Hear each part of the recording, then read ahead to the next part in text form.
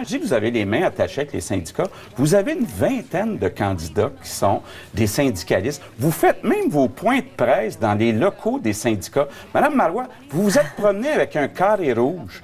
Quand vous allez négocier avec les associations étudiantes, allez-vous avoir votre carré rouge? Et quand vous allez négocier avec les syndicats, allez-vous avoir votre macaron de la CSN? Je porte mon engagement. Dans mes engagements que je fais à l'égard de l'éducation, c'est les engagements que j'ai pris à l'égard des étudiants et je vais respecter ces engagements, M. Legault. Oui, j'ai fait une conférence de presse avec la présidente de la Fédération des infirmiers et infirmières du Québec. Mais Mme Marois, parlons un petit peu de santé. Oui. Ouais. On va y revenir à la santé. On a des questions très précises là-dessus. Voulez-vous en parler tout de suite? On va en parler tout de suite. Parfait, on va en parler parce que tous les deux, vous avez été ministre de la Santé, déjà. Oui. Et si on cumule le temps que vous avez eu ces fonctions, ça fait presque 5 ans. Vous n'avez pas réussi à régler quand même le problème des urgences, ni l'un ni l'autre.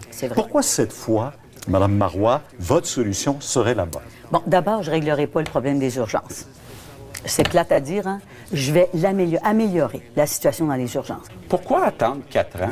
Quand on regarde, là, aujourd'hui, le président de l'Association des jeunes médecins, le Dr Gladu, a dit qu'il y a assez de médecins au Québec, mais il faudrait partager le fardeau entre les jeunes et les plus vieux médecins. En Allemagne et en Grande-Bretagne, ils ont les mêmes ratios que nous, nombre de médecins par population.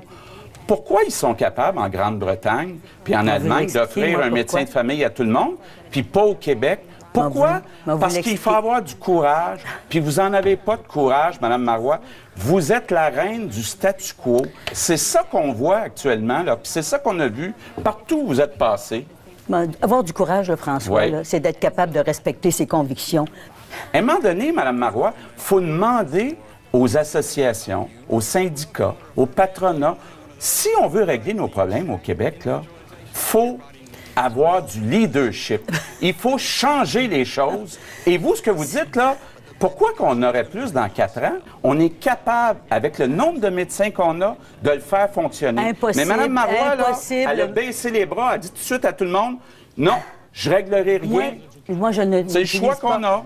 Les régimes de retraite des fonctionnaires municipaux et provinciaux assumés par tous les citoyens, tous ceux qui nous écoutent, estiment que ça coûte cher. On le sait que ça coûte cher. À titre d'exemple, 580 millions de dollars à Montréal en 2012, c'est 15 du budget. Le maire de Québec, M. Labaume, a lancé un cri du cœur pour une réforme de ces régimes. Madame Marois, si vous êtes élue première ministre, qu'allez-vous faire? Bon, d'abord, c'est un vrai problème, puis je ne vais pas le mettre sous le tapis, comme je ne mets d'ailleurs jamais aucun problème sous le tapis. Alors, les régimes de retraite, je vais l'aborder avec les municipalités. Il y a toutes sortes d'avenues là, que les maires ont voulu qu'on regarde. Moi, je suis prête à les regarder. Mais le problème est double. Oui, mais écoutez, vous avez entendu comme moi, aucune solution. Nous, on était le seul parti qui a dit à M. Labaume, on est ouvert à votre proposition. Ce que propose M. Labaume, c'est de rétablir l'équilibre des forces entre la ville et le syndicat de la FTQ. C'est pour ça que j'ai demandé à rencontrer Michel Arsenault. Il n'était pas disponible avant la fin du mois d'août, malheureusement. Mais il faut être capable de rien exclure. M. Labaume, ce qu'il demande, c'est le droit de la carte. Mme Marois dit non, surtout pas. Rien. On ne veut pas faire de vagues. Nous, c'est le statu quo.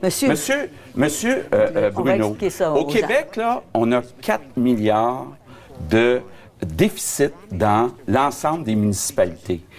Il y a une majorité de Québécois, ils n'en ont même pas de régime de retraite. Est-ce qu'on va augmenter les taxes municipales puis les impôts au Québec de tout le monde, même ceux qui n'ont pas de régime de retraite, pour financer le déficit de retraite des employés des villes? Puis en plus, ce que Mme Marois ne dit pas, c'est que les employés des villes gagnent en moyenne 2,9 de plus que les mêmes emplois au gouvernement du Québec. Mme Marois dit quoi? Statu quo. Moi, mes amis des syndicats là, aiment pas ça.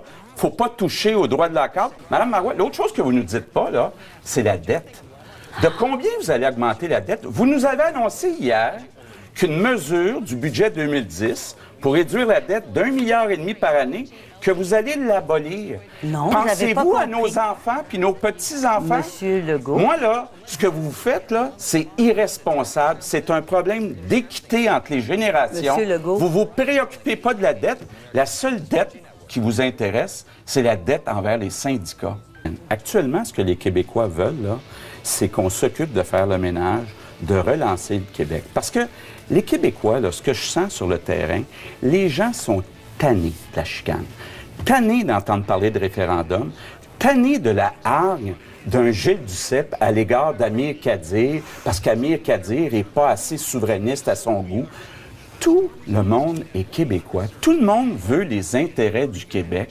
On a le droit de cheminer sans être insulté. Et vous n'avez pas le monopole de l'amour du Québec, Mme Marois. Ce qu'on doit comprendre ce soir, là, c'est qu'avec 15 de signatures, puis c'est certain qu'on va avoir 15 de signatures, il y a au moins 15 de gens qui vont vouloir. Mais à ce moment-là, ça sera intéressant. Va nous précipiter dans le ravin avec les caribous.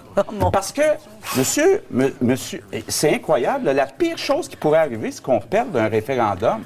Actuellement, ce que vous êtes en train de dire, là, c'est que c'est certain, si les purs et durs ramassent 15 de signatures, vous avez perdu le contrôle. Donc, est-ce que vous pouvez nous confirmer? Rassurez-vous, M. Legault. Est-ce que vous pouvez nous confirmer, là, rassurez-vous, comment M. pouvez-vous arrêter un référendum s'il y a 15 de signatures? Rassurez-vous, M. Legault. Est-ce que vous allez pouvoir il y aura ou non? des règles. Le référendum, la signature portera sur le fait qu'on demande au gouvernement de tenir un référendum. Ah, c'est pas certain qu'il va en avoir un. Vous n'avez pas bien lu le programme. J'ai expliqué très bien à M. Bruno que, quant à moi, on fera la souveraineté demain matin. S'il y a 15 de signatures, pouvez-vous arrêter le référendum? Écoutez, une fois que les signatures seront obtenues, qu'elles seront enregistrées, qu'on aura toutes les régions du Québec, ça devra venir de toutes les régions du Québec. Est-ce que vous pouvez l'arrêter, oui ou non? Et par la suite, on demandera, c'est pas lui qui va faire, c'est pas le référendum, c'est pas le référendum, il se fait pas là sur la souveraineté par cette initiative. Un référendum s'il y a 15 de signatures. Monsieur Legault, vous n'avez pas compris le programme. C'est comme, oui comme votre budget. Là. Vous avez vraiment des problèmes. Mais pouvez-vous l'arrêter, oui ou non? J'arrêterai pas les gens qui demandent de tenir un référendum sur la souveraineté. Donc, parce que si les caribous nous amènent dans le ravin, vous allez dire oui. Si les citoyens du Québec, un peu de respect pour les citoyens du Québec, si 850 000 signent un registre, moi je crois que c'est pas mal significatif. Donc, ils demanderont au gouvernement de tenir un référendum. Il y aura des règles précises. Donc c'est certain qu'il va y avoir un référendum. Et on ne fera pas ça en cachette, je peux vous l'assurer. Je vais décider lorsqu'il y aura. Je trouve que c'est très irresponsable. Même si vous pensez le perdre, vous allez en tenir un s'il y a 15 de signatures. Monsieur Legault, je suis une femme responsable. Mais non, mais là, vous n'avez plus la responsabilité. Vous, là, de toute façon, vous l'avez donné. Il y aura un référendum lorsque la population du Québec souhaitera tenir un référendum. Même si vous pensez le perdre.